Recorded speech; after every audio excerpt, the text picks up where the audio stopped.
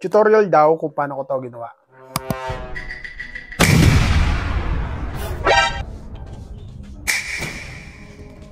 Medyo mahirap to mga loads, lalong-lalo na sa mga baguhan. Gagamit po tayo ng dalawang application dito. Kung gusto mong matutunan to, tapusin mo to hanggang dulo. Tara, gawin natin. Let's go!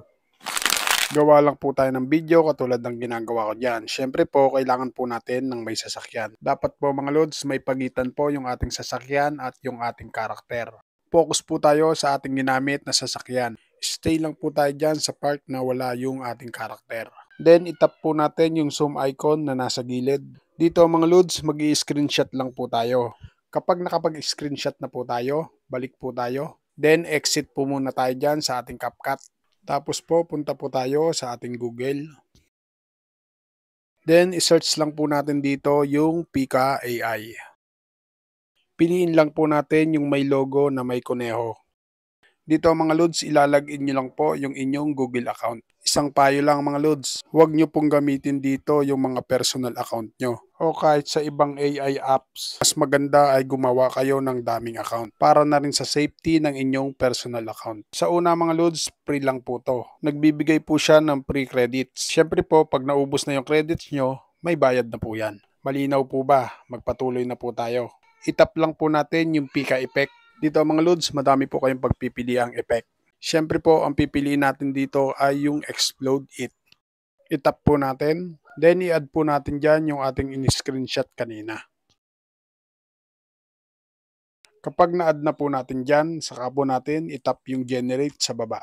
Medyo matagal nga po pala ang Generate dito. Inaabot po minsan ng 20 minutes. Halimbawa po, nakapag-generate na po tayo. Itap po natin yung download sa gilid. Kapag na-download na po natin, exit na po tayo dyan, balik po tayo sa ating CapCut.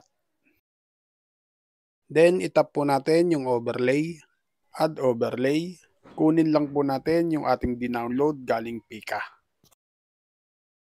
Then, stay lang po tayo dyan. Tapos po, isusum lang po natin yan para po sukat din po doon sa original na kotse na kinuhanan natin. At para din po mawala na rin po yung watermark ni Pika.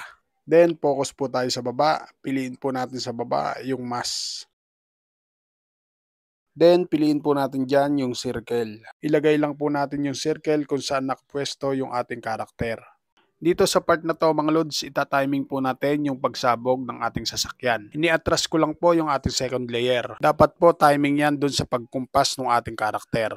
Kapag goods na po tayo dyan, ipipress naman po natin sa part na yan. Itap po natin yung ating second layer para ma-highlights. Then, piliin po natin sa baba yung press. Kapag may nakapress na po tayo, yung kaduktong po niyan, idikit po natin. Then, sa unahan po niyan, naglagay na po ako ng keyframe. Tapos po, punta lang po tayo sa mask. Dito mga loads, nakapaglagay na po ako ng keyframe. Kapag i-play po natin yan, ganyan na po magiging resulta niyan. Unti-unti na pong lumiliit yung ating bilog. Kapag goods na po tayo dyan, balik po tayo sa unahan. Stay lang po tayo sa unahan yan, then piliin po natin yung press. Ngayon po kapag pinlay po natin yan, ganyan na po magiging resulta niyan. Kapag all goods na, ready to export na po natin to mga loads. Nasundan po ba? Sana nasundan at sana nakatulong. At kung nakatulong, pakishare mo naman ang video ito para makatulong din po sa iba. At huwag mo naman kalimutan, alam mo na. Paano mga loads? Salamat sa inyong panonood at thank you Lord. Peace out.